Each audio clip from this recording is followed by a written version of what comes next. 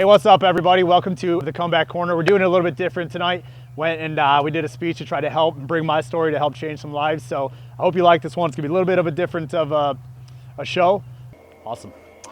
Well, thanks Larry. Thanks for letting me come in, and I appreciate you guys actually giving me the chance to come in here and be able to share my story with you guys, because 9-10 months ago, I probably should have been in here or been dead or whatever it's been. But I like the fact you guys got no structure. Well, I shouldn't say that, but I like the fact, because that's kind of what I'm building here for my life. Is I'm building a structure into it that's not exactly AA or celebrate recovery like we go and speak at the jail about, but I'm putting together something that works, and hopefully tonight I can leave you guys with kind of what works for me day in and day out, and how I've been able to overcome so many barriers in my life. So I'm just gonna get started. My name is Mark Jennison. I'm 35 years old. I'm a drug addict. I'm an alcoholic. I'm addicted to I've never met a drug I didn't like besides pot.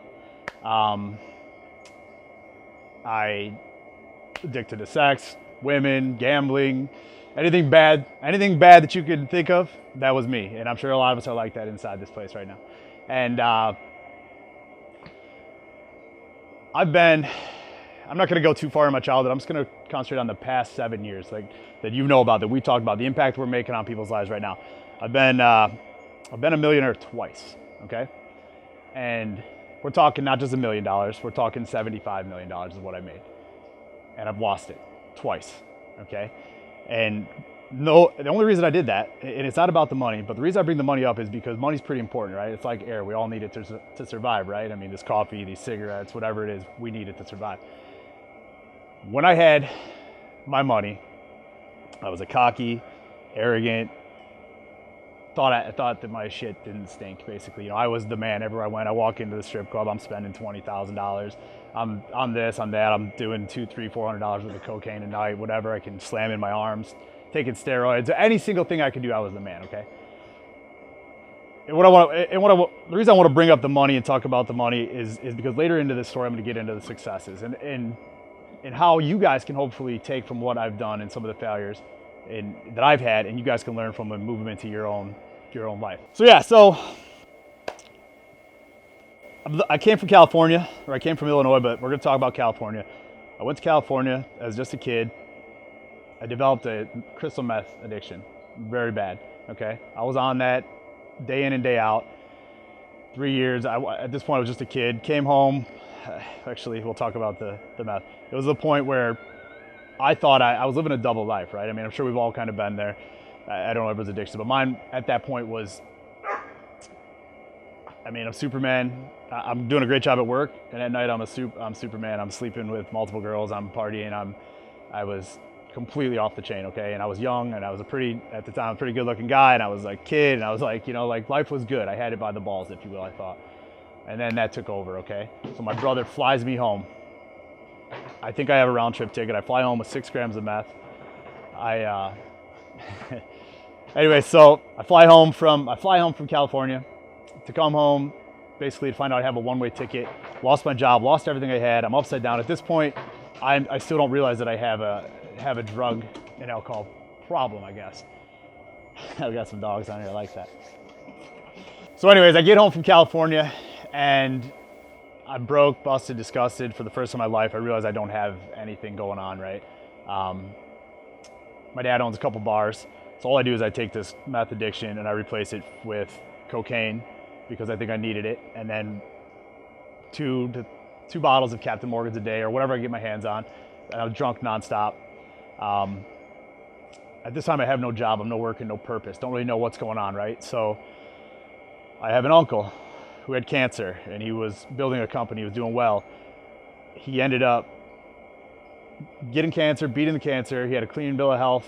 I believe he got clean bill of health on a Friday, and then he died on a Wednesday on his motorcycle, right? So he had one semi-truck, and he left it behind, right? And he left the truck to me, or the business to me, for me to figure out what to do. So here I am, I'm having these addictions, I'm messed up, I can't even control my own life, I'm sleeping on people's couches, I got nothing, to the fact, all of a sudden I go to a business that's upside down, and I switch gears to the fact that I'm gonna make him proud, and I'm gonna go build a company. I know nothing about trucking at all, nothing about transportation, nothing. Inside that first year, I took that company from one truck to 43 semis, 78 employees. So anyway, so that I took it up and I made a bunch of money there, and I did at this time. I put some periods of sobriety together, right?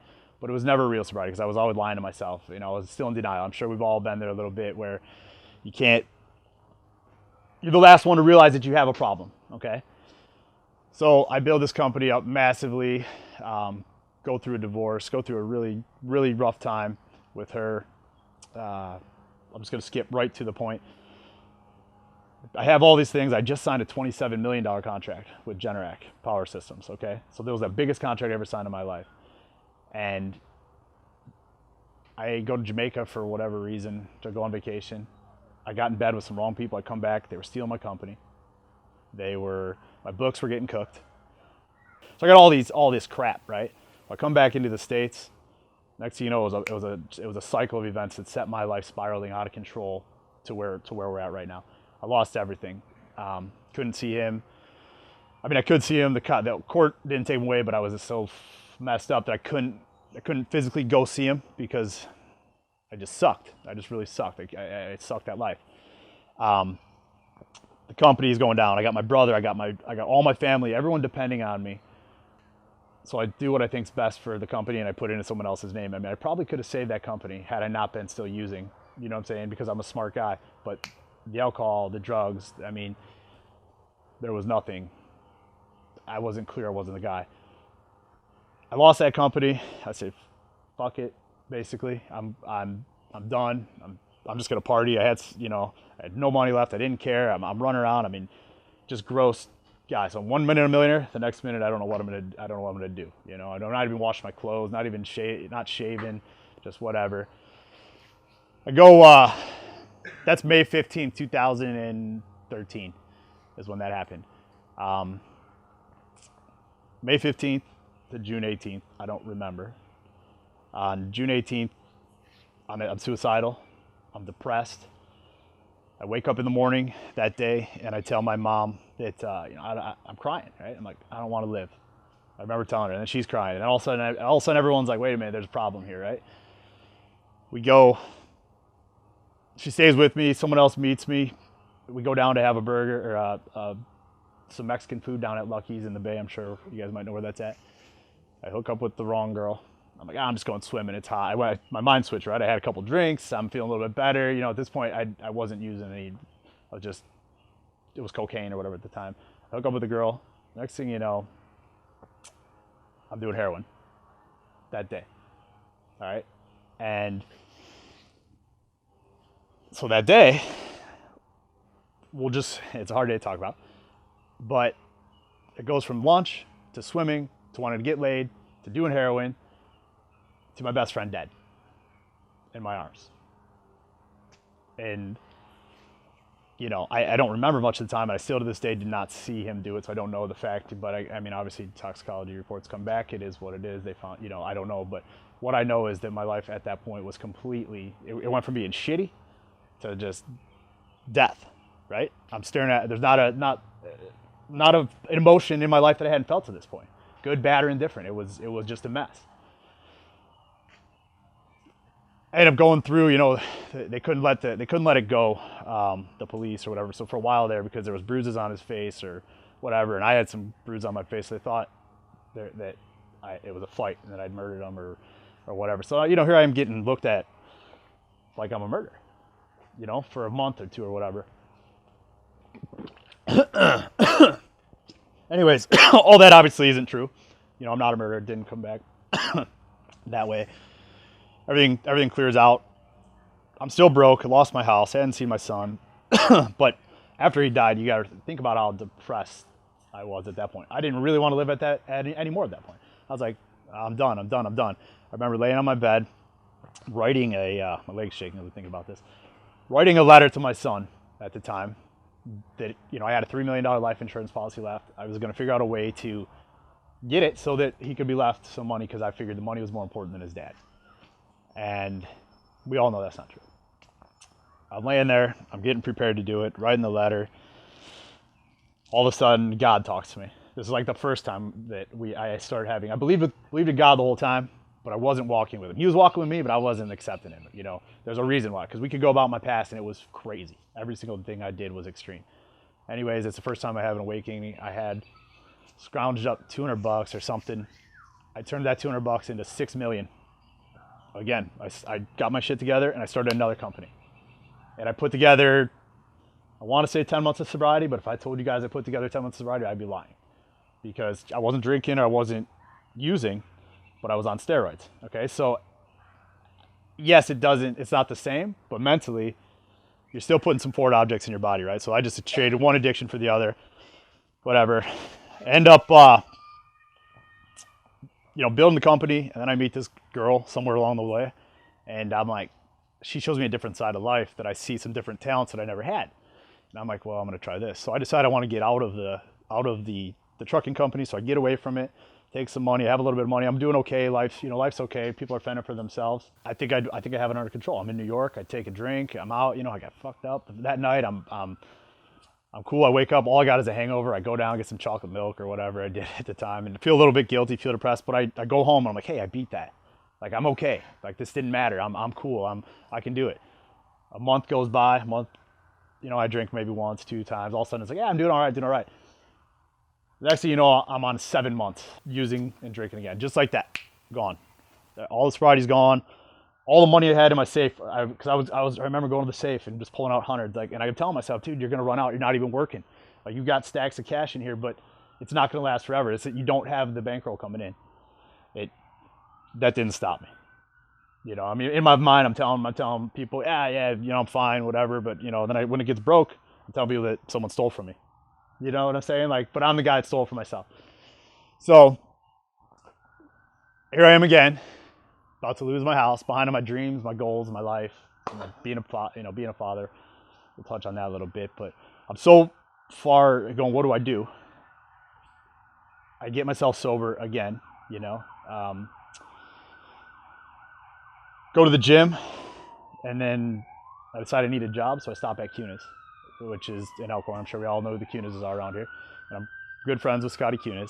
I walk in, I got this big burly beard and a hat, and not the guy you're seeing right here. This is not the same guy that was in there. They hire me on the spot. I never sold cars. I'm way behind. I'm completely behind every single bill that I have. And I immediately, because I'm good at doing what I do, I become the top salesman overnight. I'm number one. I'm battling with this guy that's been there for 30 years. I'm like 1, 2, 1, 2, then boom, I turn it quick. I'm a little bit higher. So all of a sudden I'm leaving Saturday meetings with $2,000, $3,000 worth of cash in my pocket, right? So I get stuff caught back up. I got cash coming back in. I'm rolling. I'm doing deals. I'm all over the place. Like, life's good again. All of a sudden, I end up with the same girl again, and I fuck up again, right? This time it was just a drink, and then all of a sudden I went wide open because I was so depressed that I did it that I started using really bad. So we're talking a short time, November to May. So I'm coming up on basically when it got really bad for me. I'm using every day. I'm going into the dealership completely lying to everybody. They can't tell. I'm a good manipulator, right? Like, I can manipulate any situation I'm in. So they don't know what's going on. I stay away from it if I'm too messed up, whatever goes on there. Well, I couldn't hide it too much longer. I started missing work because I'm out chasing girls and doing whatever. My birthday is June 10th.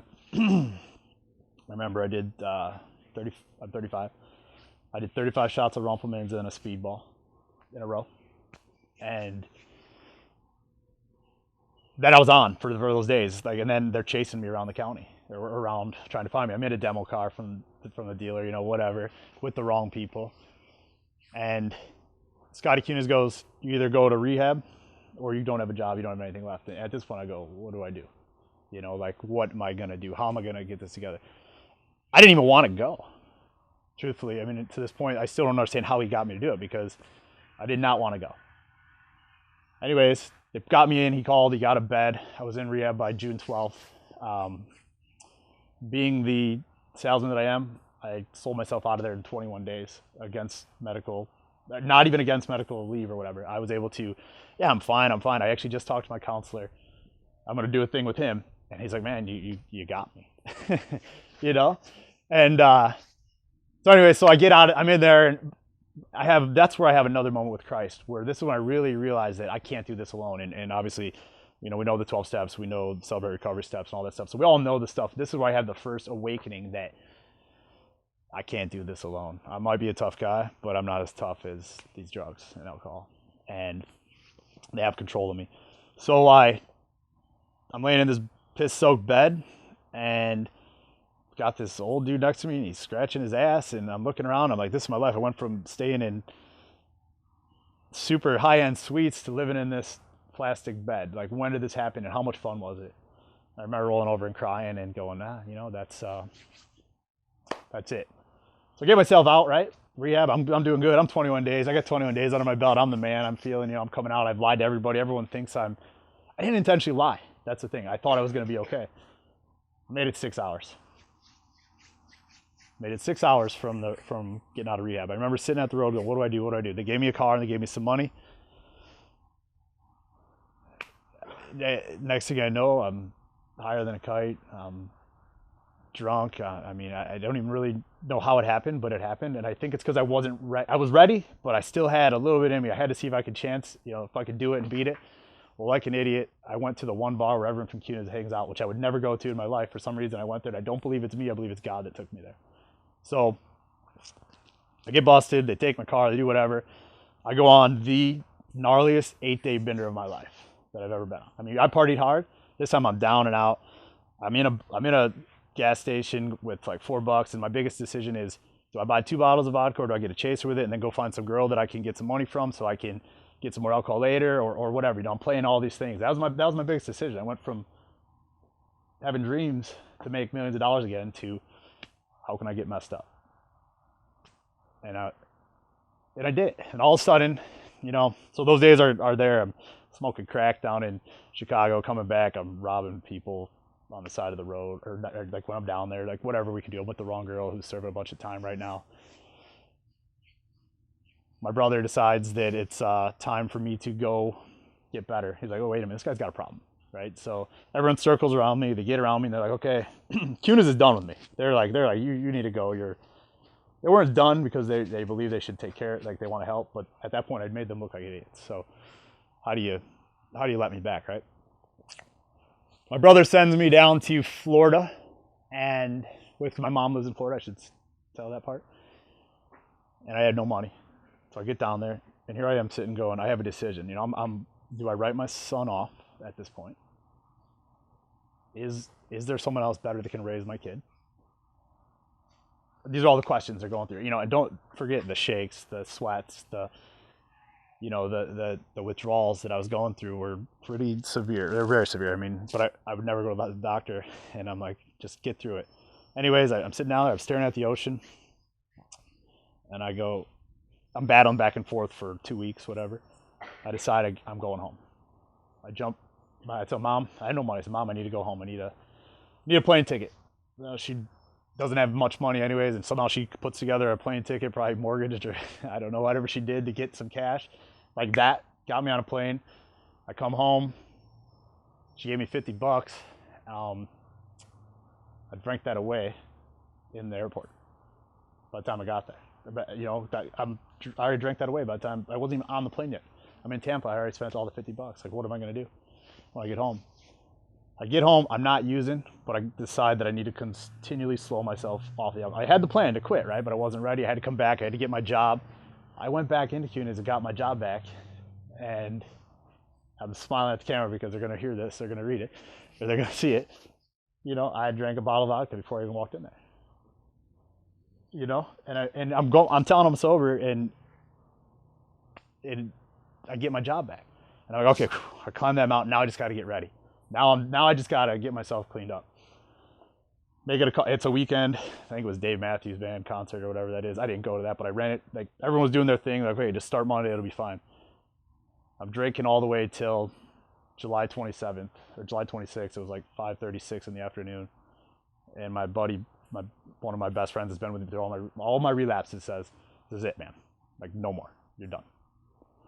Laid me down on the couch. I shook for, still coming through the withdrawals. I shook and shook and shook, but I got up the next day, July 27th. I haven't touched anything since then. So we'll be 9 months.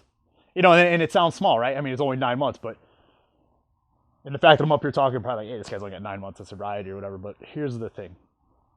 In those 9 months, I went back. Remember, I was the top sales guy, okay? I switched my thinking up here. And this is the part that I want to really emphasize to you guys. It's more than just quitting drinking or quitting the drugs and just living. I made a decision to really live. Okay? I changed my focus on my thinking. I changed the way that I'm going to do it. I like the laws of attraction. I started doing all these things. I'm here talking to you guys. I sold 90 cars in 90 days, which is unheard of, okay? Especially in a tiny town of Elkhorn, Wisconsin, right? I was so far behind in my bills. I think it cost like $12,000 or whatever to get me caught up. I made that back in the first month. So boom, I'm back fine. Inside of these past 9 months, I went from being broke, busted, and disgusted to talking to you guys. Not just talking to you guys, but I got 3 different things to do next Tuesday. I'm taking my story and my things to help you guys. I never thought that was possible, right? I thought that I was done. I wrote myself off. I mean, even though I was smart, I mean, those successes that I thought I had, I got lucky. The truth is that you make your own luck. You create your own luck. If you can think it, if you can have this, intensify your thinking and put it out there that you're going to do it, whether it is just not picking up for that day, or it is just not trying to, have sex with, I mean, whatever the addiction is, you know what I'm saying? Like whatever, maybe it's eating. Like I had a conversation with a guy the other day. He's like, he hooked on eating donuts. Yeah, it sounds stupid, right? But maybe for him, it's not. It's a decision. I think if you work hard, you believe in yourself, you have a positive attitude, and you marry it up with this stuff, like I said, I don't follow AA or NA to the T, and I don't follow Celebrate Recovery to the T. But I do have Christ in my life, and I do believe that I and you guys are in control of whatever wants to be, where you want to go from here. I mean, I would love to, like, do you want to stay here forever? Do you want to have a house? Do you want to live on a lake? Do you want to go to see Colorado? Do you want to buy a boat? What do you want? Do you have kids you need to see? Do you want it bad enough? If you want it bad enough, you'll go get it.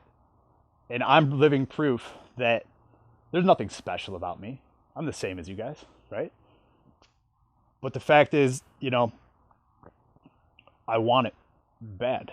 I would love to give, I don't know where all you guys are in your journey, but if I could give each and every one of you just a little bit of what I got inside, you guys would just take off. And I hope by talking to you guys tonight, you guys will see that everything is truly possible. And,